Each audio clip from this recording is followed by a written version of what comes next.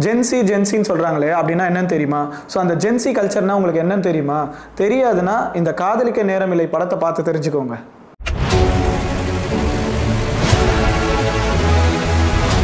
Hello viewers, welcome to Tilak talks. ஒரு நல்ல cinema நம்மளை சிரிக்க வைக்கணும், இல்லை சிந்திக்க வைக்கணும், இல்லை வியக்கவாச்ச வைக்கணும்.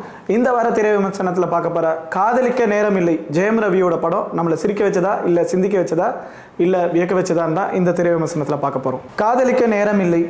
காதலிக்க ஏன் நேரம் இல்லை? ஏன்னா இது ஜென்சி கல்ச்சர். ஜென்சி கல்ச்சரில் ரிலேஷன்ஷிப்பை பற்றி என்ன யோசிக்கிறாங்க அப்படின்றது தான் இந்த படத்தில் தெளிவாக சொல்லியிருக்காங்க. ஃபார் எக்ஸாம்பிள், ஒருத்தருக்கு கே பேரண்டிங் தான் வேணும், பொம்பளையே தேவையில்ல, ஆம்பளை தான் வேணும் கல்யாணம் பண்ணிக்கிறதுக்கு.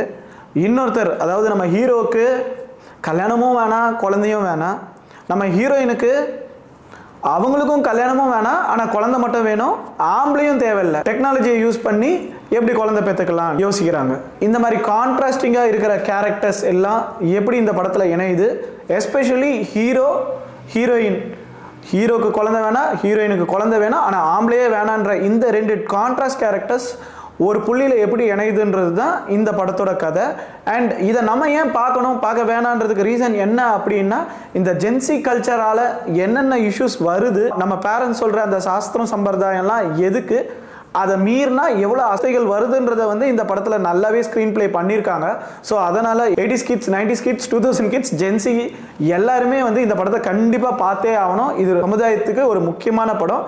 இதை வந்து சில பேர் ரிவ்யூவில் வேறு மாதிரிலாம் போட்டிருக்காங்க, இதெல்லாம் எதுக்கு அப்படின்ட்டு கொஞ்சம் தான் நடக்குது, இதை வந்து இவங்க க்ளோரிஃபை பண்ணுறான்ற மாதிரி இல்லை. இந்த ஜென்சி கல்ச்சரில் ரிலேஷன்ஷிப்பை இப்படி ஹேண்டில் பண்ணுறதுல வர ஸ்ட்ரகிளையும் இந்த படத்தில் கிளியராக ஹைலைட் பண்ணியிருக்காங்க. ஸோ இந்த படத்தை பார்த்துட்டு இது பாசிட்டிவ்னு சொல்கிறதா இல்லை நெகட்டிவ்னு சொல்கிறதா, இந்த படத்தை நீங்கள் எப்படி பார்க்குறீங்கன்றதை வந்து கமெண்ட்டில் உங்கள் கருத்துக்களை பதிவு பண்ணுங்கள். இந்த படத்தில் பாசிட்டிவ் வந்து நிறையவே இருக்குது, நிறைய கருத்துக்களை வந்து ரொம்ப அழகாக பதிவு பண்ணியிருக்காங்க.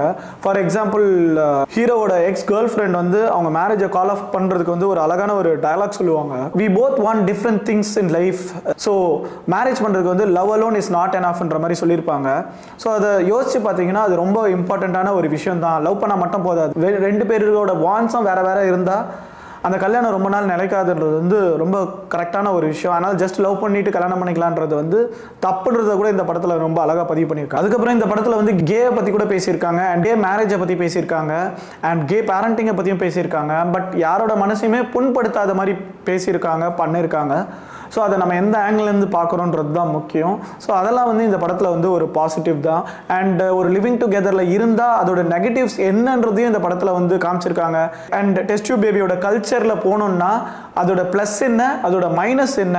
டெஸ்ட் டியூப் பேபி சூஸ் பண்ணுறவங்க வந்து ஈஸியாக சூஸ் பண்ணிடலாம். அந்த டெஸ்ட் டியூப் பேபியாக பிறக்கிற அந்த குழந்தையோட கஷ்டம் இருக்குது தெரியுமா, அது எவ்வளோ ஒரு ரண வேதனைன்றதை வந்து ரொம்ப அழகாக பதிவு பண்ணியிருக்காங்க. ஸோ இனிமேட்டு டெஸ்ட் டியூப் பேபி போகணும்னு நினைக்கிறவங்க வந்து ஒரு நிமிஷம் அந்த குழந்தையோட லைஃப்பை பற்றி யோசிச்சுட்டு டிசைட் பண்ணணும் அப்படின்றது வந்து இந்த படத்துலேருந்து நான் எடுத்துக்கிற ஒரு குட் டேக். யூஸ்வலாக நம்ம 80s கிட்ஸ் 90s கிட்ஸ்லாம் பார்த்தீங்கன்னா நம்ம அம்மா கிட்ட லவ்வை பற்றி சொல்கிறதுக்கே வந்து பயங்கரமாக நடுங்குவோம். ஆனால் ஜென்சி கல்ச்சரில் வந்து லவ் பண்ணுறேன் அண்ட் லிவிங் டுகெதரில் இருக்கேன் அண்ட் வர்ஜினிட்டியே இழந்துட்டேன்றதை வந்து அம்மா கிட்ட சாதாரணமாக வந்து ஹீரோயின் சொல்கிறதெல்லாம் வந்து பயங்கரமாக பதிவு பண்ணியிருக்காங்க.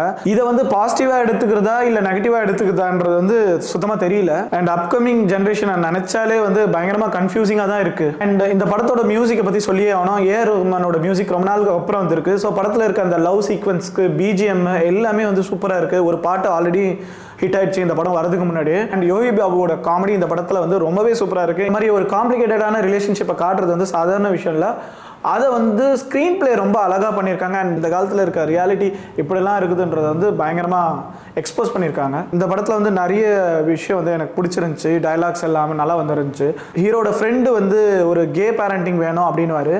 அதில் வந்து ஹீரோ என்ன சொல்லுவாருன்னா, குழந்தை எதுக்கு, பாப்புலேஷன்ஸ் நிறைய ஆகிடுச்சு அப்படின்னுவாரு. அதுக்கு வந்து ஹீரோட ஃப்ரெண்டு பயங்கரமாக கவுண்டர் கொடுப்பாரு, குழந்தையே வேணான்னு யோசிக்கிறீங்களே, இப்படி உங்கள் அம்மா அப்பா யோசிச்சிருந்தா நீங்கள் வந்திருக்க முடியுமா. இதை வந்து ஹீரோட ஃப்ரெண்டு வினய் வந்து ரொம்ப அழகாக சொல்லியிருப்பாரு ஹீரோ கிட்ட. இந்த படத்தோட நெகட்டிவ்னு கேட்டிங்கன்னா, ஆரம்பத்தில் இந்த பிஎஃப் விஷயத்தை ஹாஸ்பிட்டல் லைட்டாக காமிக்கிற மாதிரி காமிச்சாங்க. அதெல்லாம் எனக்கு கொஞ்சம் ஆக்வர்டாக இருந்த மாதிரி இருந்துச்சு, அந்த சீன்ஸை காமிக்கிறது. அப்புறம் அந்த குழந்தை பிறக்கிறதுக்கு அந்த டெஸ்ட்டை எடுக்கிறது அப்படியே லைட்டாக காமிக்கிற மாதிரி இருந்ததுலாம் கொஞ்சம் டிஸ்கஸ்டிங்காக இருந்துச்சு அந்த சீன்ஸ் எல்லாம். மற்றபடி பெருசாக வந்து இந்த படத்துக்கு நெகட்டிவ் சொல்றதுக்கு எதுவும் இல்லை. இந்த ரிவ்யூ உங்களுக்கு பிடிச்சிருந்தா மறந்துடாம லைக் பண்ணுங்க, ஷேர் பண்ணுங்க அண்ட் சப்ஸ்கிரைப் பண்ணிடுங்க. And stay tune for more review videos.